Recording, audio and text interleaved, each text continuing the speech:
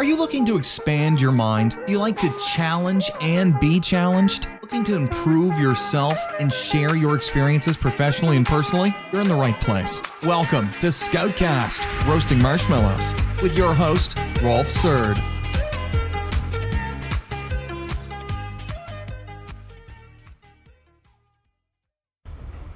All right, and we are live. Welcome to another episode of Scoutcast. My name is Rolf Surd and I'll be your host. So there are a lot of things that can and frequently do go wrong inside of a business. Sales fall through, products don't work, team members get frustrated, and clients can get upset. Often these things happen due to a single reason: lack of organizational clarity. Organizational clarity can be achieved by having everyone in your organization, from the cleaning staff to the CEO, from the board of directors to the customer care team, on the same page and talking the same language. Do your people know what business your company really is into? What is it that you do actually? And maybe who does what? The answers of them might scare you. So today we are roasting marshmallows with Michiel Toes, COO of NetYCE, and as of the end of this month, 31st of March, he is CEO. So congratulations already, Michiel Toes, on that promotion, I would say, I guess. And so, NetYCE is a leading software vendor in network automation, and we will find out how he is uplifting the internal organization of his company. So it is the mission of NetYCE to help customers optimize and automate any process related to designing, building, deploying, and validating networks to improve standardization, time to market, compliance, innovation, collaboration, and cost reduction. So Michiel here is an experienced entrepreneur with a proven track record in scaling companies to the next level. He's driven by a desire to inspire and develop others, and his focus is on innovation and always finding new ways to exceed customers' expectations. And what sets Michiel apart is his people-first, highly customer-focused mindset and strategic strength.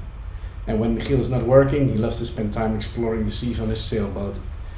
Man, that's a big introduction. I think you have the biggest introduction so far, Michiel. So, yeah, I'm impressed. Yeah. I think we're done now. Time's up, huh?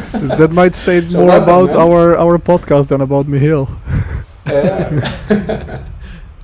Well, I think it's the first time we have a CEO on a podcast, right? So besides Sylvester, I guess. Yeah, but okay, he counts, right? Yeah, sure, of course. We also had Patrick. Sorry? We also had Patrick, right? Yeah. Oh yeah, of course, Patrick. Yeah, okay. So you're the third already, man. Yeah. Okay. Third time right? Exactly. Third time's the charm. Yeah. All right. So what does organizational clarity mean to you? Like, let's just jump straight to the chase. Let's not say that he can punch us here. It's okay. Oh, sorry. Yeah, you guys are part of the furniture, right? So Michiel of Aniek and Panche, welcome to the podcast as well. Always glad to have you here. I don't know what I would do without you guys. I know. Always glad to be here, Rolf. Yeah, nice. Panche, I like your background, man. It's it's refreshing. Well chosen. Yeah. Very good. Strategically chosen for the day. Yeah. So, organizational clarity or navigating the organizational clutter. It's might be an abstract topic for a lot of people, but Michiel, maybe you could start out by explaining to us what it means to you. Yeah, of course. Well, first of all, I had to Google it because organizational clarity, and I think what you were saying is right. It's about everyone in the organization understanding what it's all about, and and I think it's a big topic, but it's also a very broad topic about where do you start, why do you want to do this, and I'm always intrigued when you have organization or teams, and you have like two organizations, both have 10 people, 50 people. And one is really exceeding all expectation, and the other one is just, moving on. And I'm always curious, what is this difference? And I think it has to do with organizational clarity, that it's in one team, everyone knows why they're there, what they want to achieve. They're working towards a goal, and everyone is involved. And the other one is just, moving on and doing their stuff. And And do you have another name for organizational clarity, or like a synonym for this, or is just?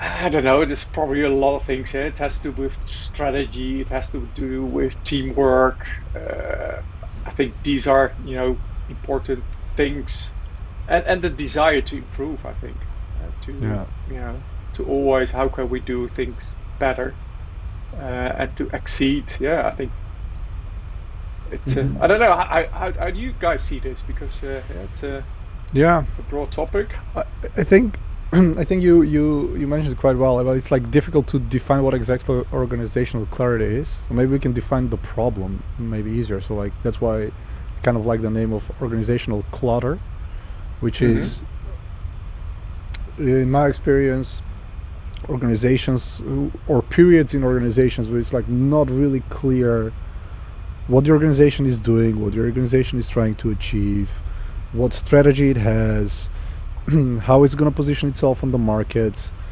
People don't really know what their roles or responsibilities are. People are maybe there is a lack of accountability within the organization, and nobody really seems to be taking the initiative to clean this up or to move the organization in one direction. So for me, that will be like the clutter, and the idea is like, okay, how do you address this? And how do you deal with this? And who should be dealing with this? I like that because I think it's also about how it's called work on the foundation. It's like a foundation that needs to be set up before you can do like a next step. Correct. Like you said, get rid of the clutter so that you can move on. Yeah, because I always think about. Sometimes I make analogies with military. I've never been to the army, but I realized lately I've been quite reading a lot of books by people who have been in the armies or led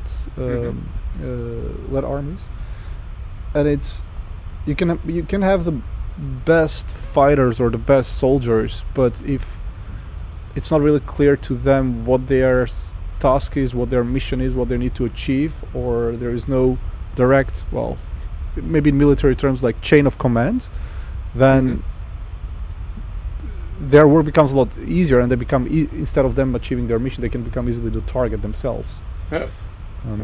So that analogy kind of can translate. I think that's remind me of this story. I don't know how true it is.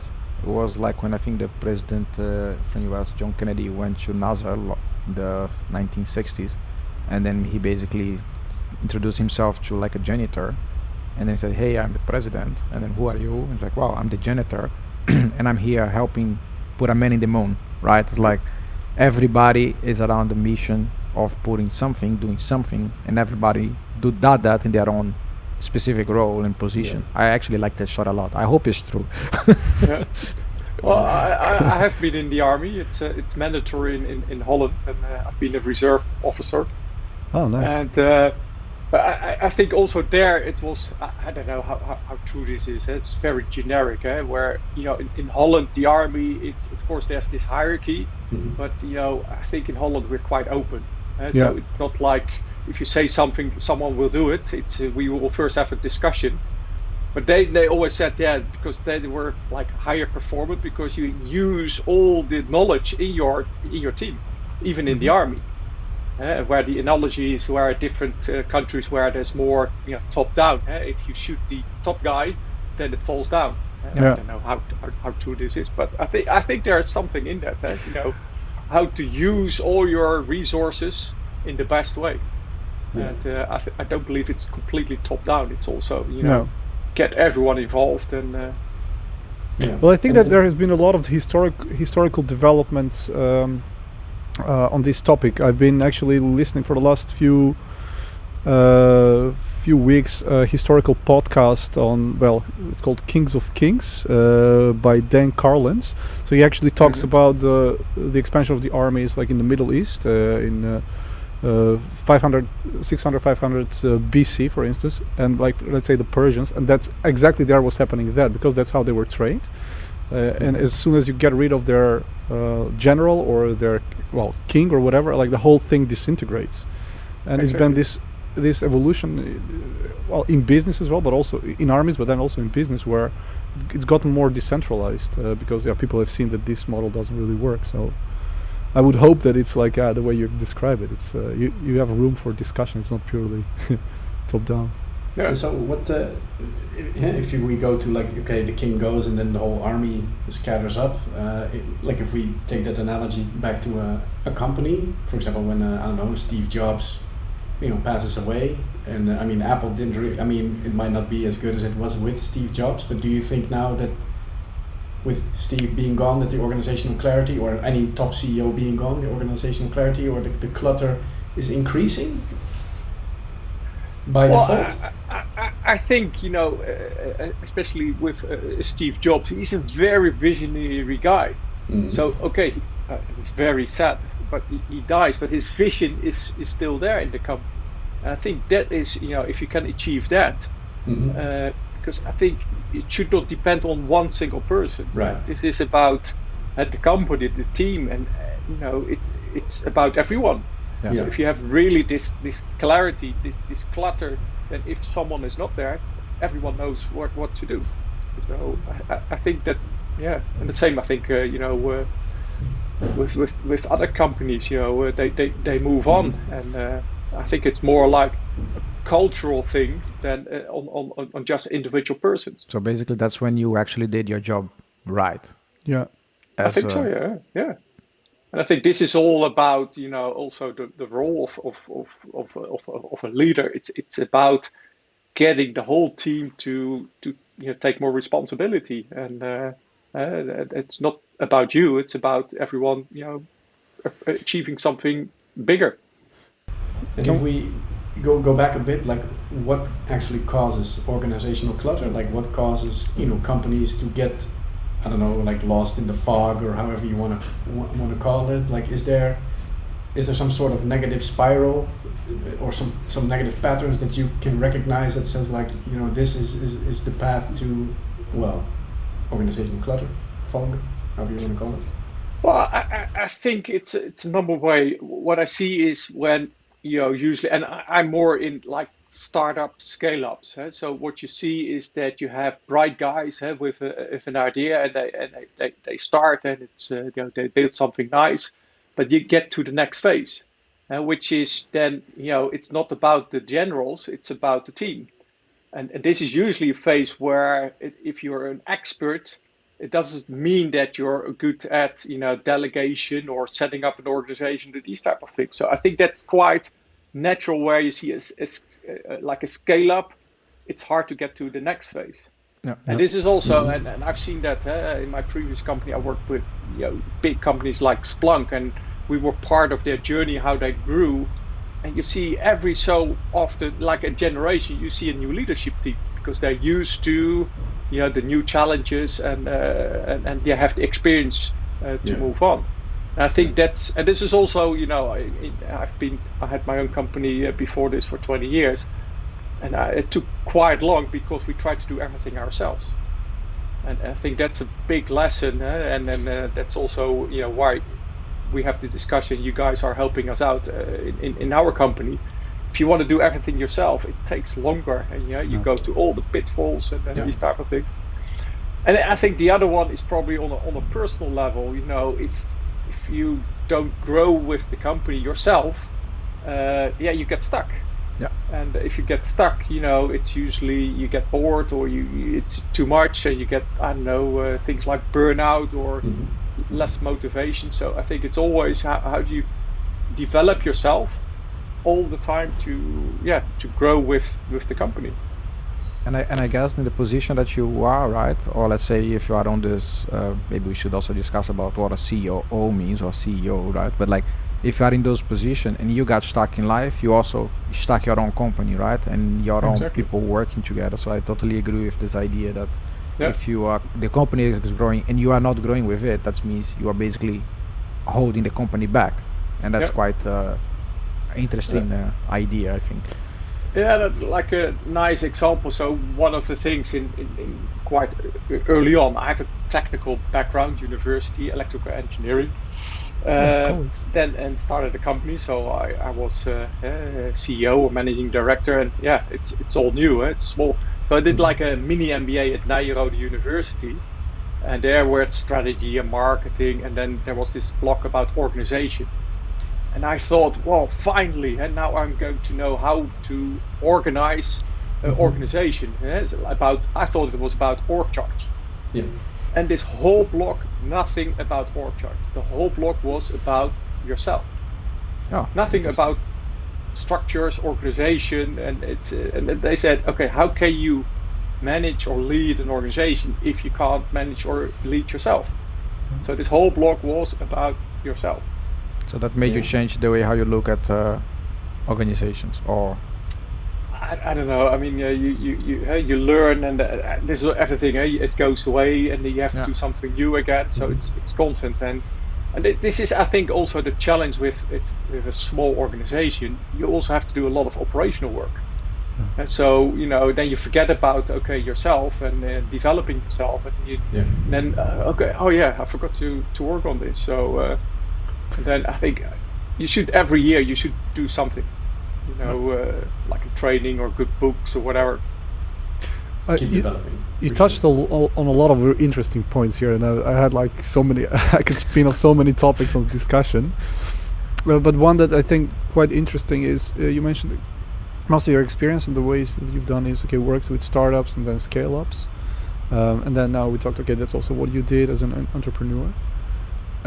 Do you think that you need different people, maybe different people with different proclivities at the start of at the very start of an organization, and then later on maybe you need different types of characters of people who lead the organization once it gains the momentum and it becomes bigger?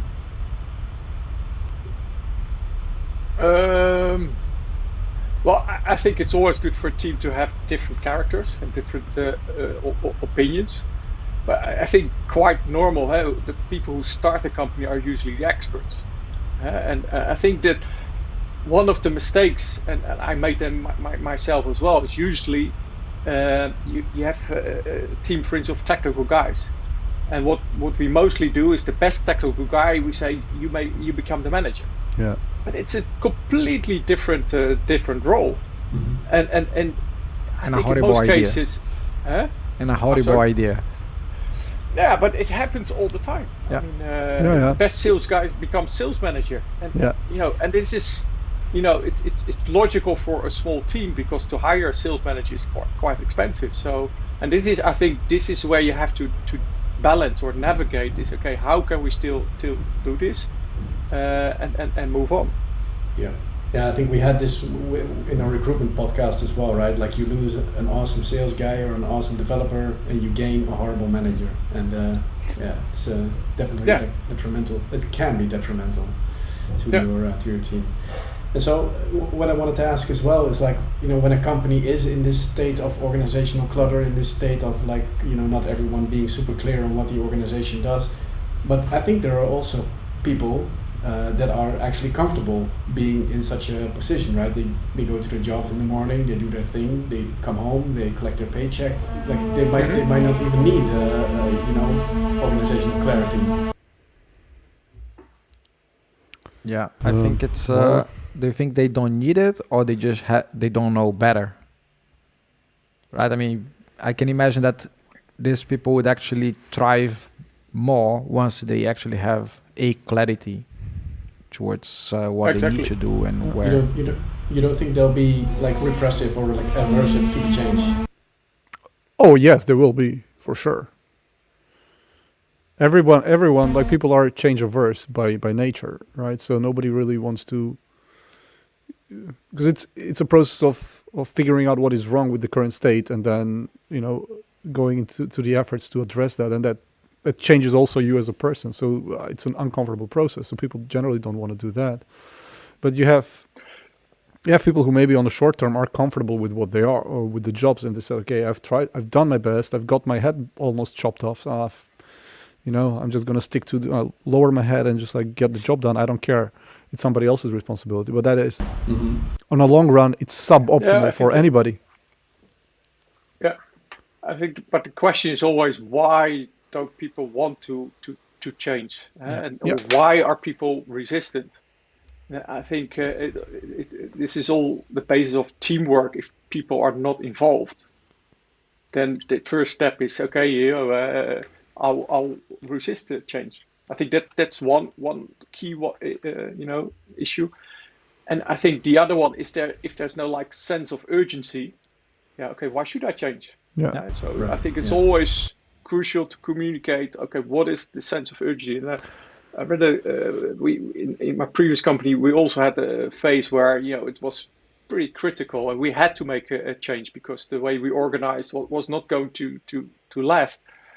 So and we had some external help, and we all got this book about where is my cheese. About this, Clutter. I think you guys know about this maze where the mice are running to cheese, and every day there's cheese, but it's coming less and less and less. So if there's no urgency because there's cheese, yeah, why should we change? Yeah. But Yeah. if it will go away, then And you have to do something. is it also the first thing that you mentioned? Is it a lack of trust amongst the teams themselves that makes people not want to change? Like they don't trust the organization, they don't trust their teammates, or is it not a trust issue, you think? Well, I think it always starts with trust. If there's no trust, you don't speak up. And if there's trust, you speak up, and if you can't speak up and people listen to you, you get involved. I think that's the order. Right. Correct. And if you don't ask people, don't get people involved, then and you make changes, then okay, what's the point? Yeah, and I think you touch an interesting point as well, is on the fact that like when you mention like the most important thing is the why. I think a lot of organizations when they lack on this clarity of the why they are doing those changes, right? And I've been working for sometimes these big multi-billion-dollar companies, and they are like all the time initiating programs for changes and programs for that and change management for this. And then every time you talk to the team, it's just like, this is just another initiative, another work on my plate. They have no idea why this has happened, why they need to do this. And then they actually focus very much on the implementations of things and not actually clarifying why they are doing this, And I think this is indeed the most important part, is like, if people understand the why the company wants to do that, or let's say the management team wants to do that, things gets much easier. And if they would definitely give the autonomy for them, they would probably figure out themselves how to actually do their job. Yeah. Or also explain to people how their lives individually become better because of this change. Yeah. Or worse can also happen, right? Yeah, of course. But, or worse if it doesn't change. Exactly. Like But so we're touching upon an interesting point here. Also, Michiel, you mentioned like this sense of urgency, and I totally agree with you. Like, if you don't have that sense of urgency to change, like, what's your motivation then? But that the sense of urgency can be both positive and negative. And I mean, it's like, okay, positive in the sense of, if we change this is what we're going to gain. But negative in the sense, if we don't change, this is what we're going to lose. Do you think those both have utilities, or how do you motivate people to change? Do you use both approaches when want to rally people behind a goal or behind a? Yeah, no, I think there's two like dynamics. One is more, hey, you want to move away from something, and the other one is you want to move towards something. And of course, with this dynamics, if you move away, it will become less urgent all the time, and then it will stop. Yeah. So I think in the beginning this could be a very good reason, because you can drop in this valley, or how do you call that, pit. So it's crisis. You have to move. If we don't, we won't survive. So that will work shortly. But I think it's more, for the long term, is okay. Where do you want to move towards to? I think this is what you were saying, because that is something. This is this like flag on the horizon, but it's also quite difficult. It's not something you say, okay, in a session of 2 days. Okay, guys, now we know, and let's move. Or that's my experience. It's not. Then we've done it wrong ourselves. Okay, you guys have done it in 2 days.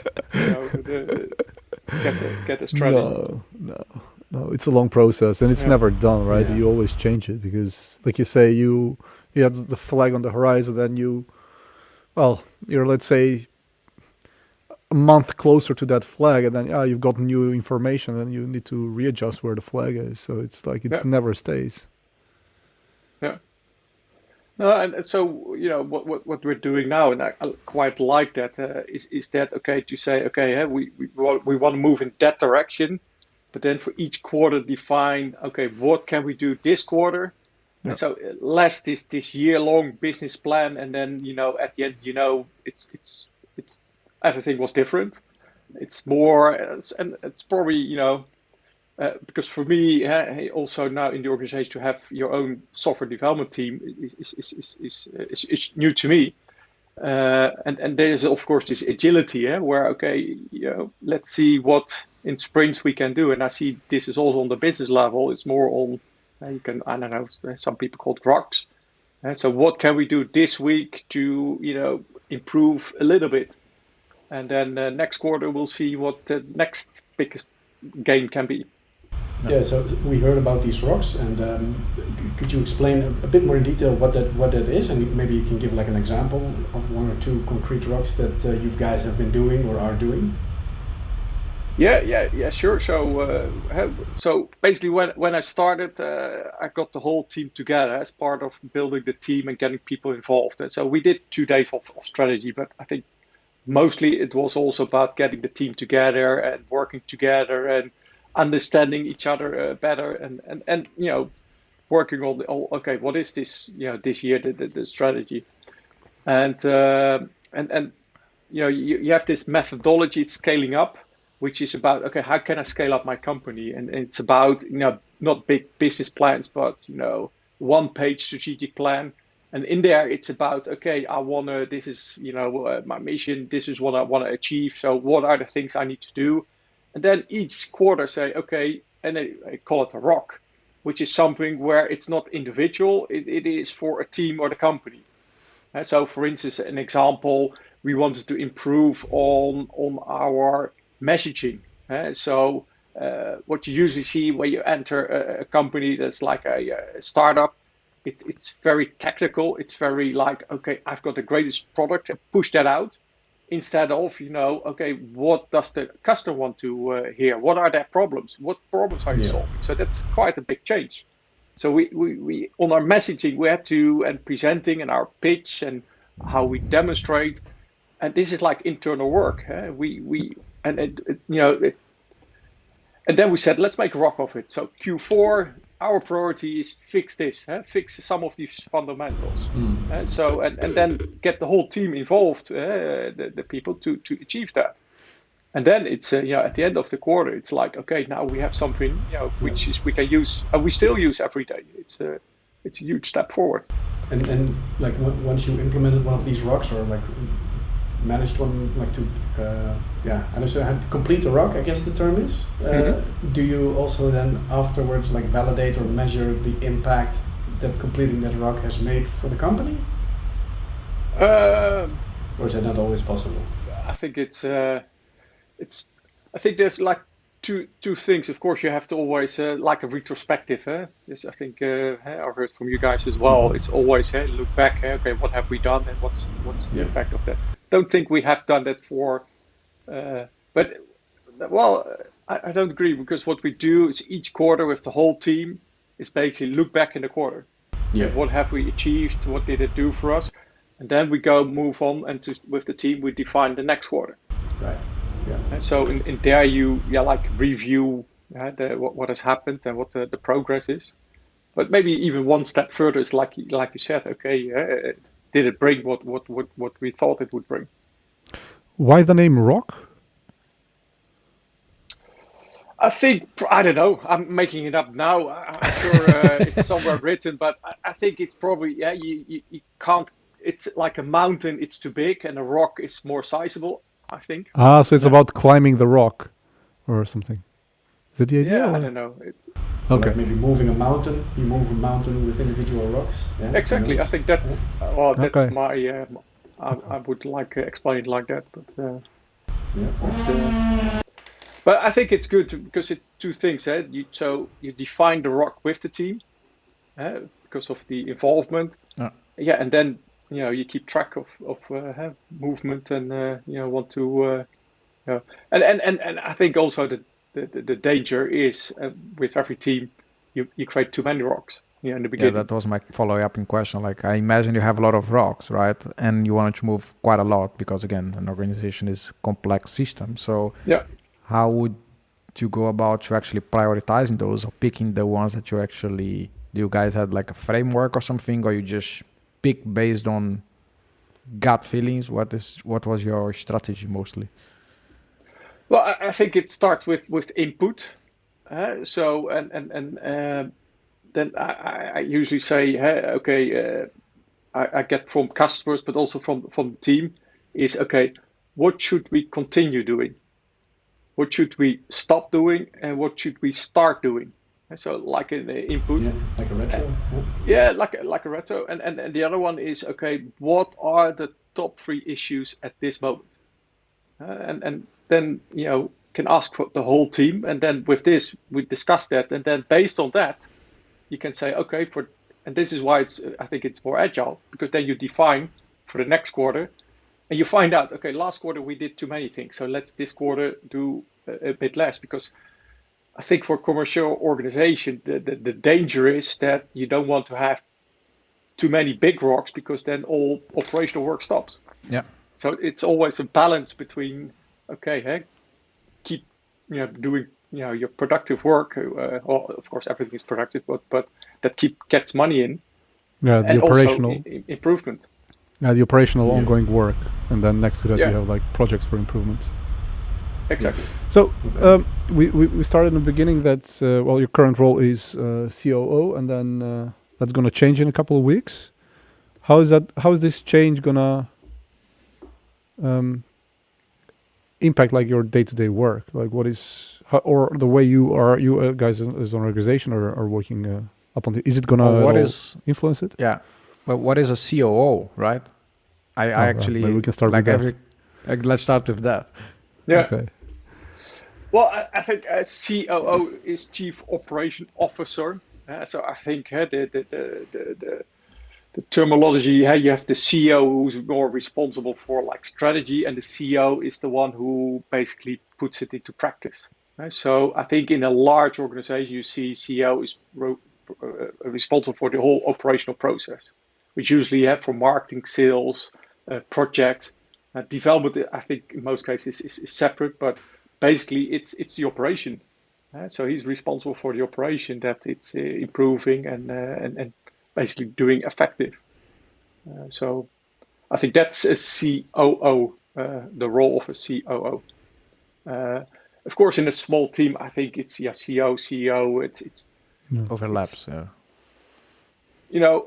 Because in a small team, also for me, it's about okay, hey, you have your management and your strategy, which is working. They always say work at the company or work within the company.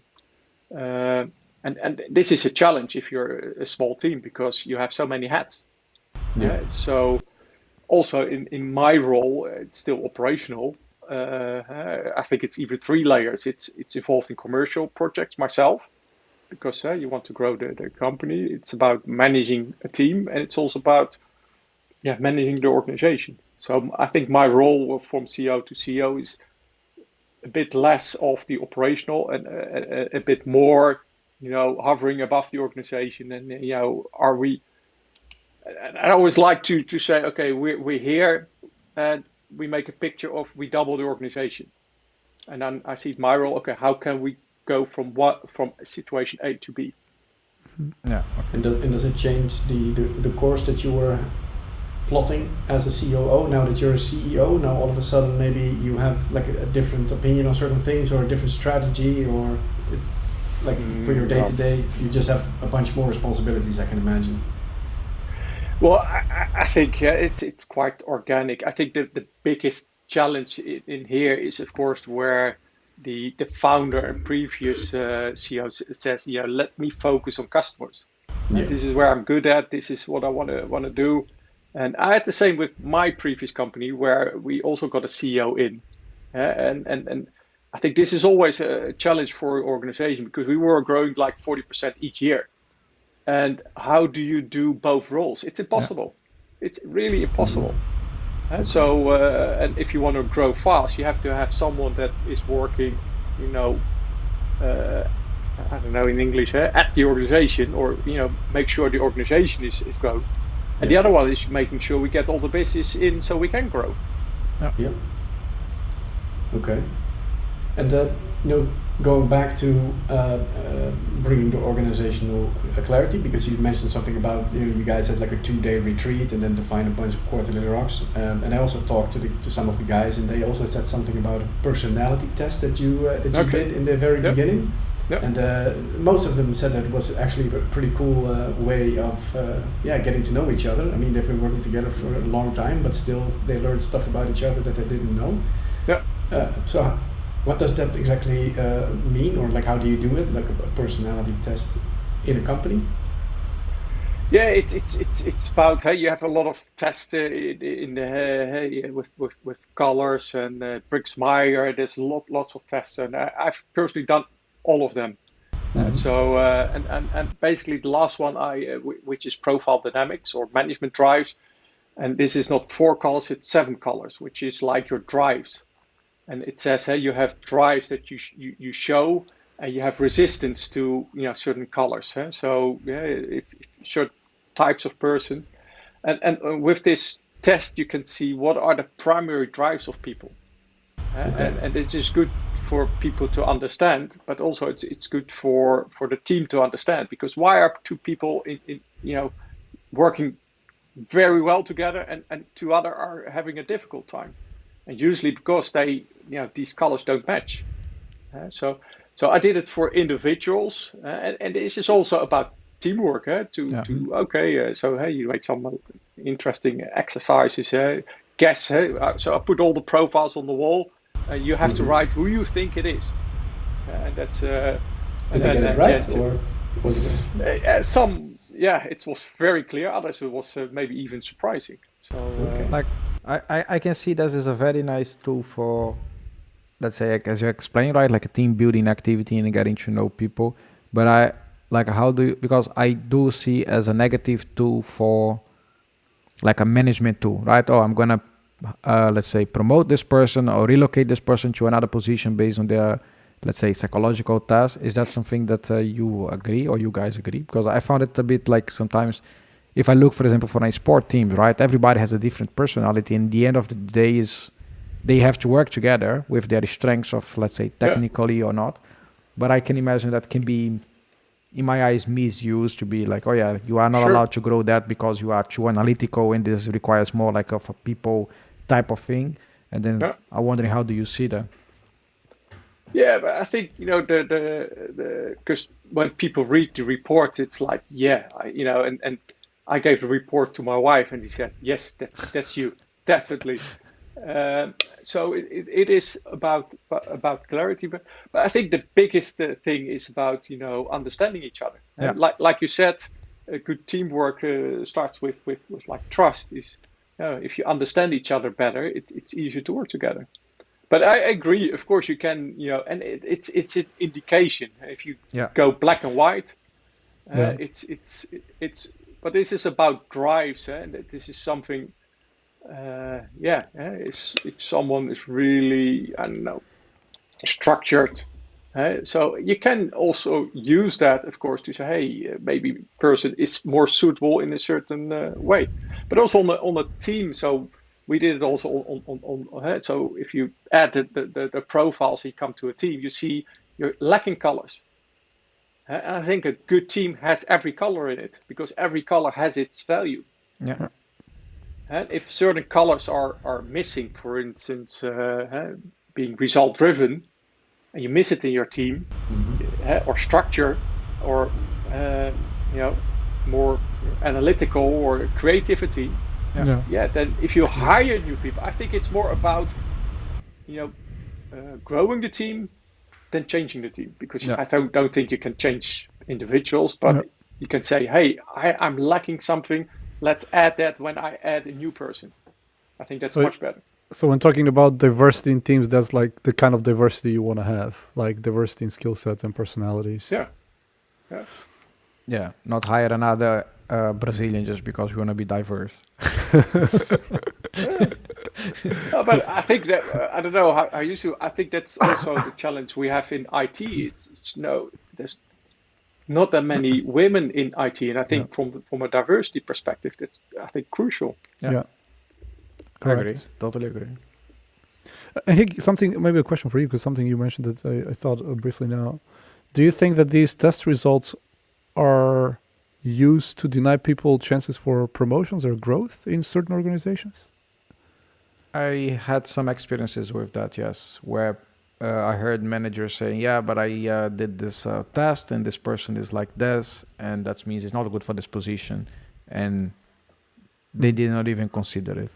Oh, so maybe they And I just think it's a used it- misusing of the tool. Yeah, yeah, exactly. It's an abuse of the tool, right? Yeah. Oh, interesting. Yeah, I think that's of course risk, but I think that's with everything. It's how people use things. Yeah. It's one input, but there's also others that you should still look at, of course. Yeah. So I was going to ask something else. It's about like I used to work for this company, and you were like a sales guy, a sale type of person, right? As your hobby. And I found it interesting that it was a big company, and basically when you join, the owner would take you to sailing with them as part of like a bonding activity. Have you ever done that? Like taking your team for sailing, and because I can imagine can be. I never did it for whatever reason. I was not invited for the sailing, so it was. So I wonder, like, do you consider that should be a building trust team activity, or more like forcing your hobby into people? Or is this just your way of asking, can we go sailing as well? Also, but in the summer, I don't do that in the winter.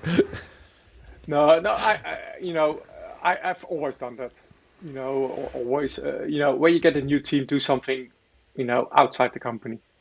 And I love sailing and get people involved, and I think it's a good way. Then go sailing, go to an island, do a barbecue, and it's completely different. If you do something outside, you can do this with customers or whatever. And like Corona, of course, was quite challenging because it's still on the agenda to with the team go sailing, but hopefully we can do this soon. Yeah, I mean, like it's also why you do it. Like that's more the motivation why you want to do sailing or any other hobby. And I think the bonding comes as a result. And maybe your goal is, I just want to. This is my passion, and this is like what I do. I want to introduce it to more people, and like why not introduce it to the people that I spend most of my time with. Yeah. And the outcome of that is it creates better bonds and people getting to know each other. So I think if you approach it from that perspective, is a lot better than if you're like, I'm gonna do this just to build the team together, right? No, I also had it was like a sports club where my son was, and they asked me to go into one of the committees. And what you see also there is like, okay, you have a person very knowledgeable, and then other people, but there are no like roles. So this person is doing everything, and the other one is just, I don't know, helping out. And I don't see this is working, So the first thing I did is, okay, get together and get to know each other, because I think that's the basis. And so we did go sailing indeed, and we had a barbecue, and then the atmosphere is completely different after that. And then you can say, okay, let's you guys have to get more involved, because you're also experts, and get your responsibility spread out in the team. So, like, do you think this behavior of yours, or this idea that everything has to be as a team, is something that you grew to learn? Is something that you read in a management book? Is something that you experience it? Or is just something that you like? I like be around people, I like with teams. Because I've seen a lot of organizations that this is a totally different story, right? It's like, no, that's a top down. I don't really care about the team. And sometimes they survive very long. So like, how do you think it came to be for you? It's a good question. Maybe the analogy with sailing, I'm not a solo sailor. There's people that. So I crossed the ocean, and I basically did this not with my family. I did go away with my family for a year to the Caribbean and sailed back. But we decided not with young children to do this ocean crossing. So I said, so I invited like friends, and also in there I looked more at people, how they are, than their sailing skills. Mm-hmm. So I had this also sail school that helped us out. So I had like three groups that sailed the boat for us or with me, and I know one of the guys. He was seasick. He was useless in sailing. He could not sail. And even swab the deck or clean the deck. Yeah. So and also the other one. So this sailing trainer teacher, he would say, he told my wife, why is he taking this guy? And I said, I know this guy, because whatever happens, he will never ever give up.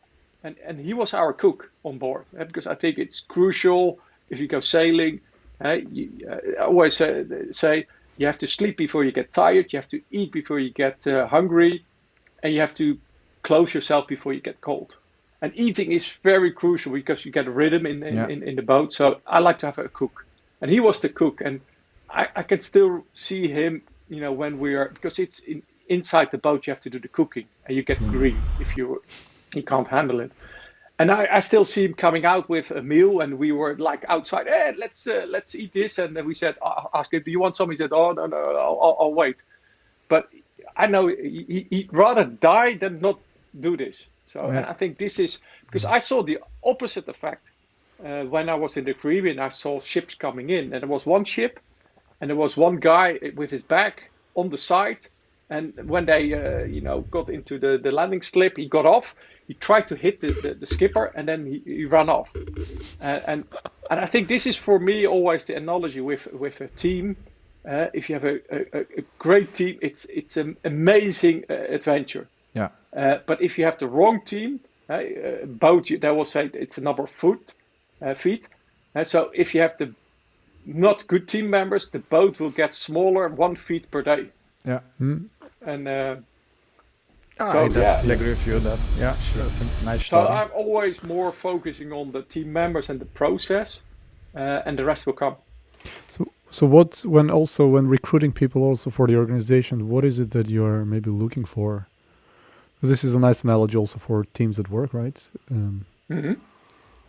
What characteristics or abilities are you? Well, I think it's about company values and personal values. They need to match. I think that's of course people have to have the right skills, but it's also about the right people. And the right people is about you have your personal values, and they should match somehow the company values. Because if that, then people love to work for the company. And this is what I like about like more startups and scale-ups. There's a lot of passionate people in there. Yeah. Really good people. This is also the company NetYCE. It's a great team, and it's great to work with the team because they're really passionate. Usually you have to worry more that they do too much than too little. Yeah, and then it's a totally different problem, right? But it's a nice problem to have. Yeah. So it's rather than you have to pull people. It's about a little bit keep people on track, and so that you as a company go in the right direction. So I think this. I don't know how you see how you guys see that. From my perspective, I don't want to say I agree with you, but my attitude when hiring people has been I look for their attitude and not really their knowledge. So it's how they talk, are they humble, are they willing to be open, what are they willing to share, how do they? Because in one or two interviews, I mean, like if you do it also face to face, you get to learn a lot more than like this about how they treat others. Around them, and those were the key markers that most of the times that I was looking for. Yeah. And then, I mean, you need to have some basic skills, of course, but that was always secondary.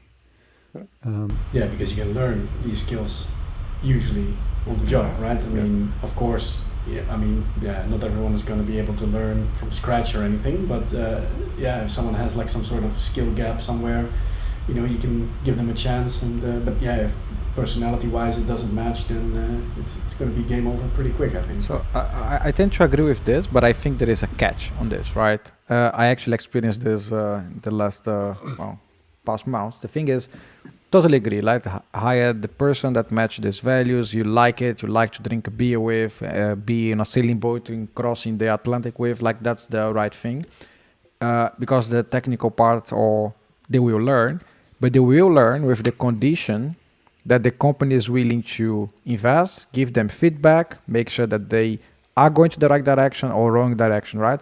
And I think sometimes people forget that actually requires work as well to bring people to the technical level, to the next level.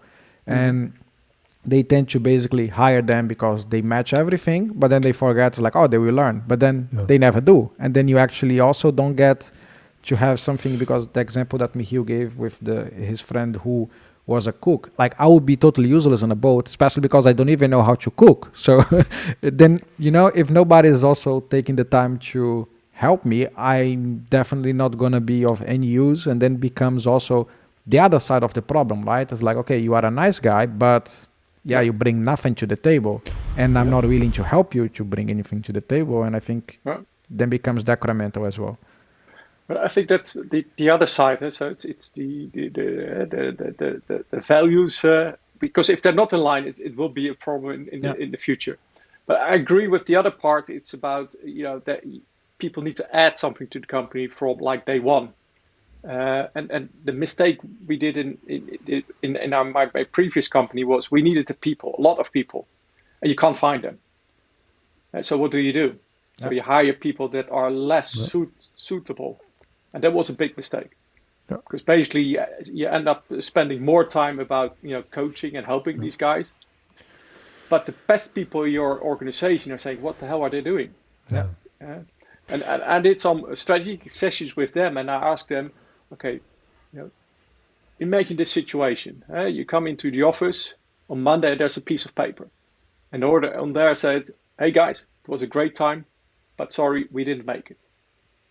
The company is bankrupt." And I asked, the question was, what are the things that you miss most?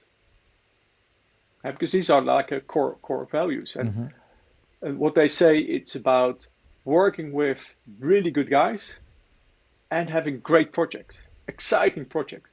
And we were hiring people that were not great guys. So this was basically not matching. So then we decided, okay, we will wait. And now they were talking internally to say, "Hey guys, we will be busy. It will be busy, very busy for the next months. But the people that will come on board will be good guys." And they were saying that to each other. "Hey, that's no problem, because this is what we like." One of the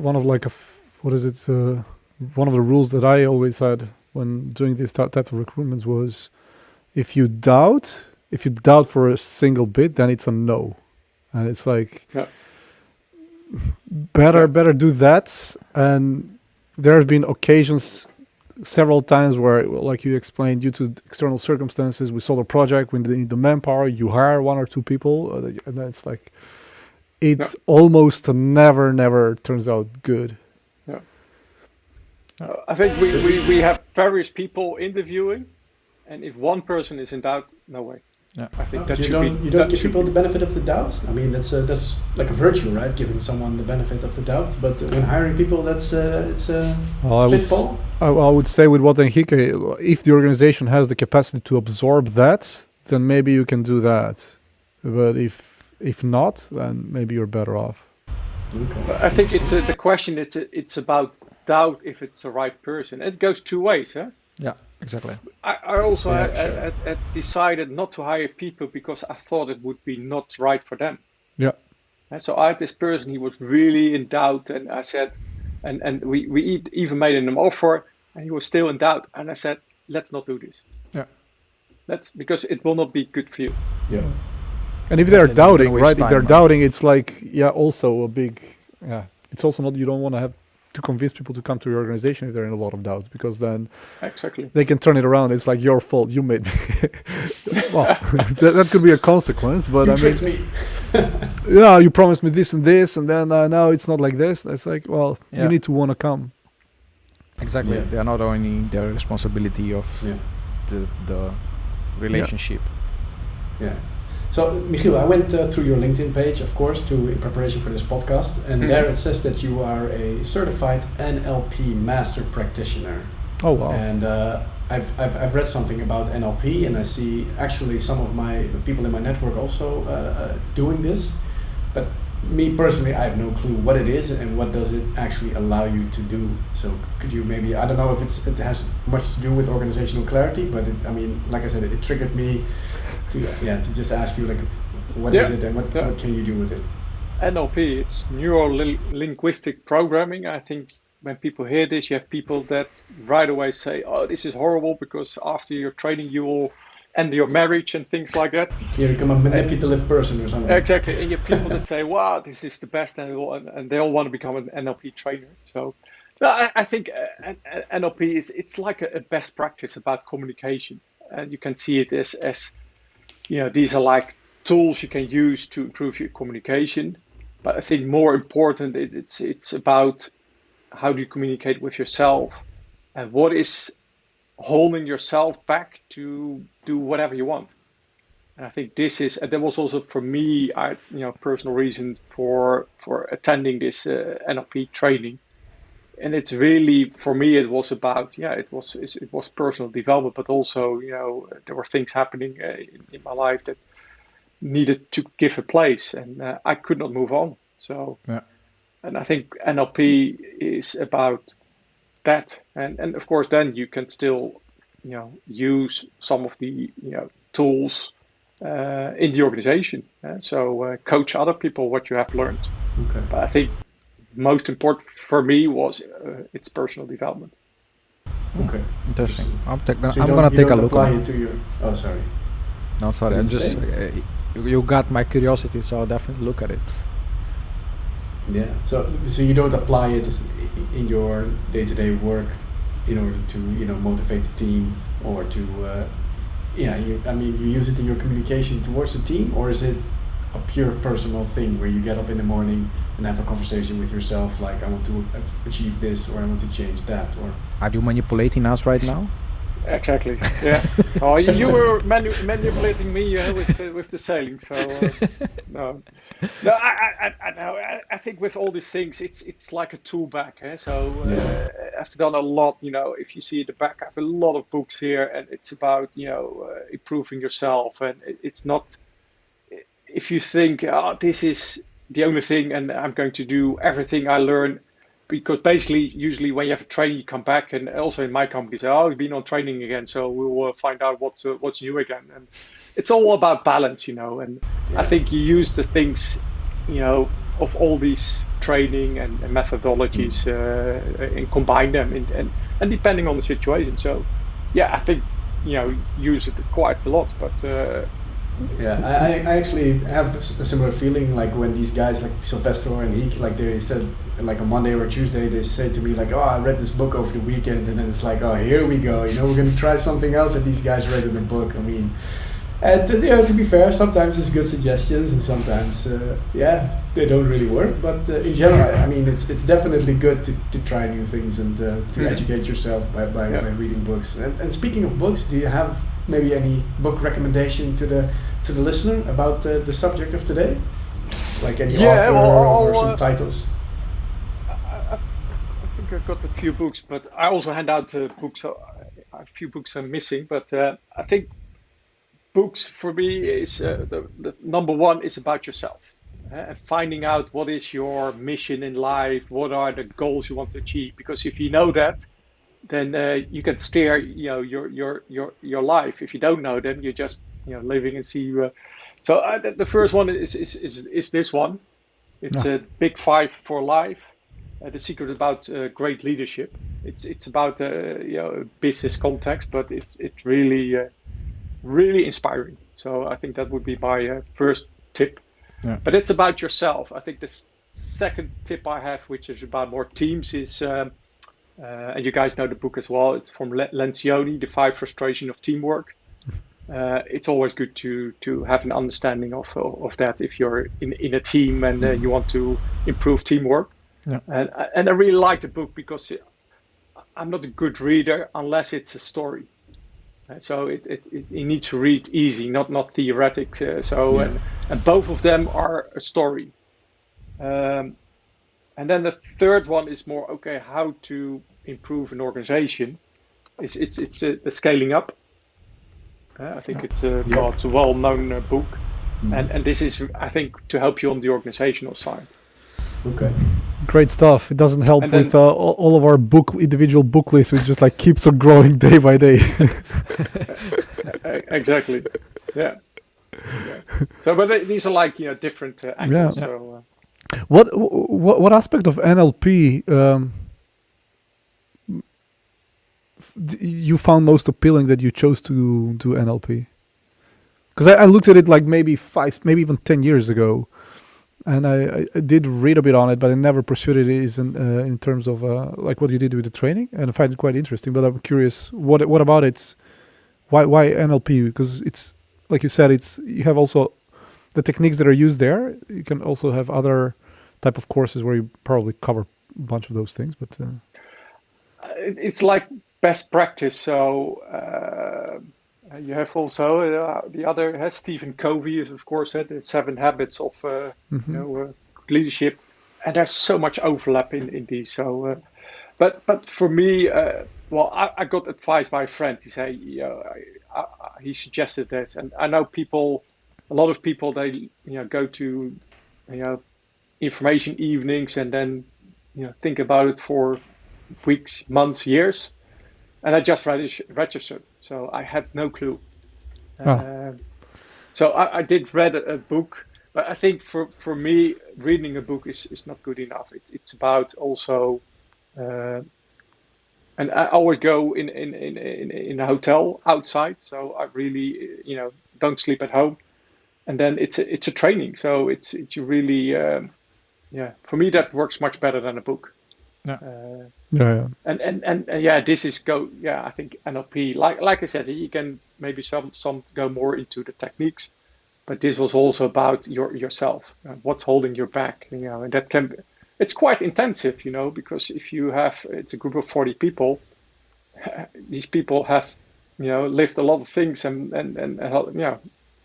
struggle with quite intense subjects. So, but what appealed, and this is also in the first training, at the end, it's about what is the thing you want to do in life most, and it was like in Hawaiian, I don't know, Hokapoka, I don't know the name, and this is more about don't think about it, but let's come out what you think is the thing, and the whole training was going quite well, but then I was sitting there, nothing was coming, and they said, but then they said, no, don't worry, so you have your eyes closed, and then for me suddenly it happened, because then I saw a boat in my mind.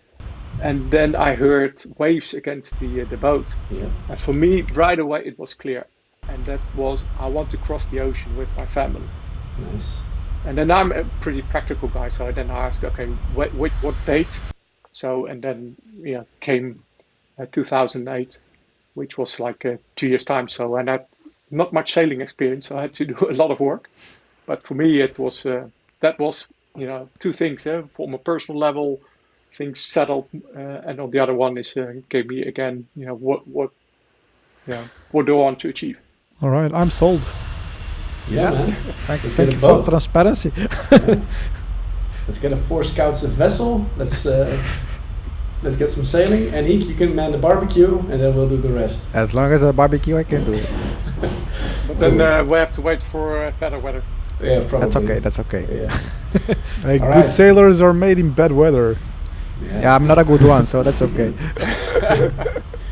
All right, so Michiel, I want to thank you very much. The book recommendations, I think our listener will definitely will help the listener to improve themselves, and then hopefully also their organizations. So I think that's a very nice addition here. I don't know, Panche, Hiek, you may also have some book recommendations for the listener? I Real do, quick, but I will from the leave top of your head. for the future. I For a think new- the ones for a that new podcast. Michiel recommended, they are also on my list, and yeah. Okay. Yeah, well, if you have some other books, let me know, because Yeah. I'm always interested. Well, we spoke about change, so I'll just briefly just mention the Leading Change and Our Iceberg is Melting by John Clutter. They're in the same style as Who Moved My Cheese. So Okay. those are kind of Alright, about how sounds to good. inspire people for change, maybe. All right. Well, there you have it. All right, Michiel, again, thank you very much for being here. I definitely learned a thing or two here. And Hiek, Panche, thank you guys as well. Thank you. Yes, Thank thanks you for having joining us. It was a pleasure. Yeah. Yes. And I would like to thank the listener, of course, as well. If you guys have any suggestions or remarks or questions for any of us, then please feel free to either send us a message on anchor.fm with the message button, or you can always, of course, send an email to podcast@4scouts.nl or Twitter us at 4scouts. All right, so that wraps it up for today's episode, Navigating the Organizational Clutter with Michiel Toes, and I'll see you guys on the next one. Bye-bye. Okay, Peace. bye. Bye. All right, so I stopped the recording. Thanks so much for listening to this episode of Scoutcast, Roasting Marshmallows, with your host, Rolf Surd. For more great content and to stay up to date, visit 4scouts.nl and on Twitter @4scouts. If you enjoyed today's episode, please leave a review and subscribe, and we'll catch you next time on Scoutcast, Roasting Marshmallows.